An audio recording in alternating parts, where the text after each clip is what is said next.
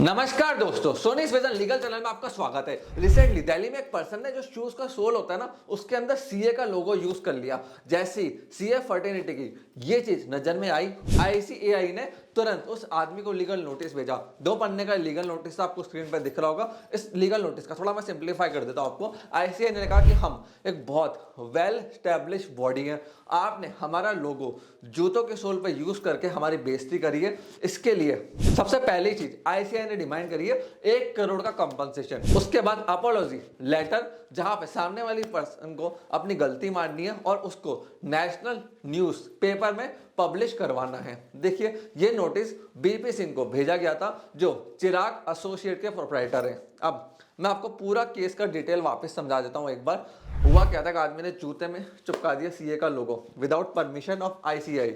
अब यहाँ पे उस पर्सन की गलती क्या थी? सबसे पहली चीज, उसने परमिशन नहीं ली।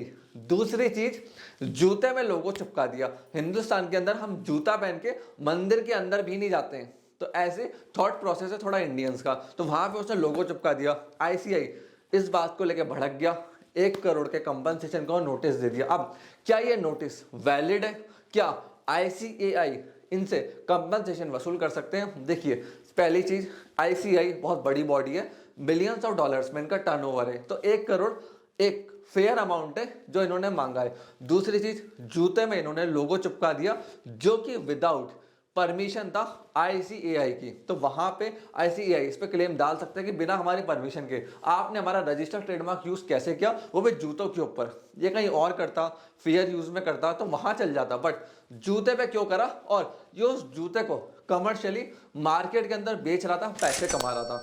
तो यहाँ पे आईसीआई फुल प्रूफ केस जीत सकता है अगर वो कोर्ट में केस फाइल करेंगे। तो अब जो प्रोप्राइटर होता है ना, जिसको लीगल नोटिस भेजा गया है, उनके पास ऑप्शंस क्या क्या होते हैं? 3 ऑप्शंस हमेशा अवेलेबल होते हैं। या तो आप लीगल नोटिस का रिप्लाई करो और केस को फाइट करो, या फिर कोर्ट में मूव करो। अगर आपको लगता है कि आपको जो नोटिस भेजा गया है वो ग्राउंडलेस है, कोई उसमें वैलिड पॉइंट नहीं है, तो कोर्ट में आप ग्राउंडलेस थ्रेट के लिए मूव कर सकते हो, स्टे के लिए, जहां पे सामने वाली पार्टी आपका केस फाइल नहीं कर पाएगी, फिर कोर्ट इस मैटर को देखेगा। तीसरी चीज, आपको लीगल नोटिस आया है, उसमें इंस्ट्रक्शंस लिखे हुए हैं कि 1 करोड़ का कंपनसेशन दो, या जो भी उनमें इंस्ट्रक्शंस लिख के देते हैं आप उसको फॉलो करो, म्यूचुअल कॉम्प्रोमाइज के ऊपर जाओ और वहीं उस मैटर को खत्म कर दो। तो हमेशा 3 ऑप्शन होते हैं किसी भी आदमी के पास जब उसको लीगल नोटिस आता है। सो फ्रेंड्स, आप भी ध्यान रखना, अगर आप बिजनेस कर रहे हो ना विदाउट परमिशन, आप किसी की इंटेलेक्चुअल प्रॉपर्टी को यूज करते हो, उसको ठेस पहुंचाते हो, उससे प्रॉफिट कमाते हो, तो आपके ऊपर भी सामने वाला केस फाइल कर सकता है, आपको लीगल नोटिस भेज सकता है, आपके खिलाफ एफआईआर भी कटवा सकता है।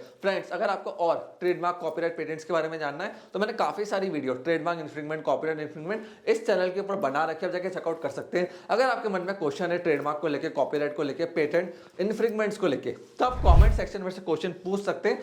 मैं कोशिश करता हूं जो अच्छे कमेंट्स होते हैं उन प्रॉब्लम्स को पिक करूं, उनके ऊपर डिटेल वीडियो इस चैनल के ऊपर लेकर आऊं। सो फ्रेंड्स, अगर आपको मेरे से भी कनेक्ट होना है, ये मेरी इंस्टाग्राम आईडी है, ये मेरी लिंक्डइन आईडी है, यहाँ पे मैं सबसे ज्यादा एक्टिव रहता हूँ, जहाँ पे आप मेरे से डायरेक्टली कनेक्ट कर सकते हैं। आपने इस वीडियो को यहाँ तक देखा, हम लोगों को इतना सपोर्ट दिया, उसके लिए धन्यवाद।